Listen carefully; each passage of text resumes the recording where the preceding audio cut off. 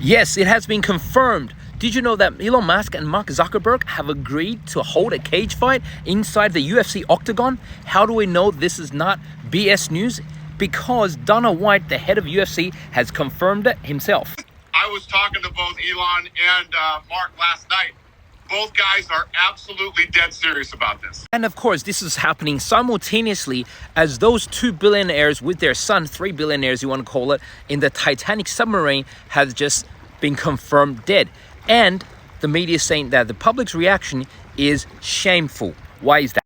Because basically it's a tragic accident involving 5 people, and you have car crashes and plane crashes and refugees dying all over the world, and yet all of the media's focus and all of the public's focus have been on these 2 billionaires with their son potentially dying, with a lot of people saying, yeah, they deserve to die because, you know, the exploited people, exploited workers, that's the only reason why, that's how they could become billionaires. There's so much hate right now in the public with people who have money.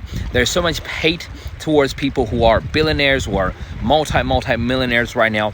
But do you think this is rational? So people said those guys in the submarine deserve to die just because they're a billionaire and they exploited their workers. Well, what about Michael Jordan? He's a billionaire. What about Vince McMahon? You know, the guy who runs WWF wrestling.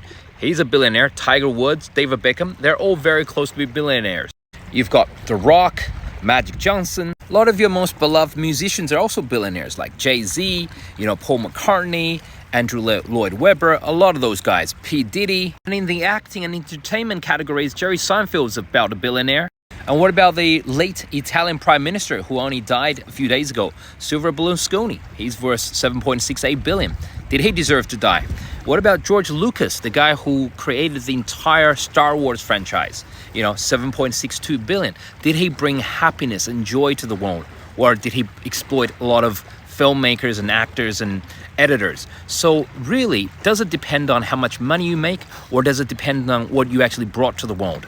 Right? What about some of these other guys here? Ralph Lauren, Steven Spielberg, who brought you, you know, Indiana Jones. See, if you do something really, truly well, whether you're an actor, musician, or, you know, you work in any industry, if you do something truly exceptionally well, you become a multi-millionaire and might eventually become a billionaire as well. But that doesn't mean you've done the wrong thing. If you got there by selling weapons around the world and became multi-billionaire, yes, you probably, you know, deserve a lot of people hating you. But however, there are some people who did good for the world, right? And they might not deserve that hate. And what about Fox News owner Rupert Murdoch and his family, $21 billion? Donald Trump, $2.5 billion.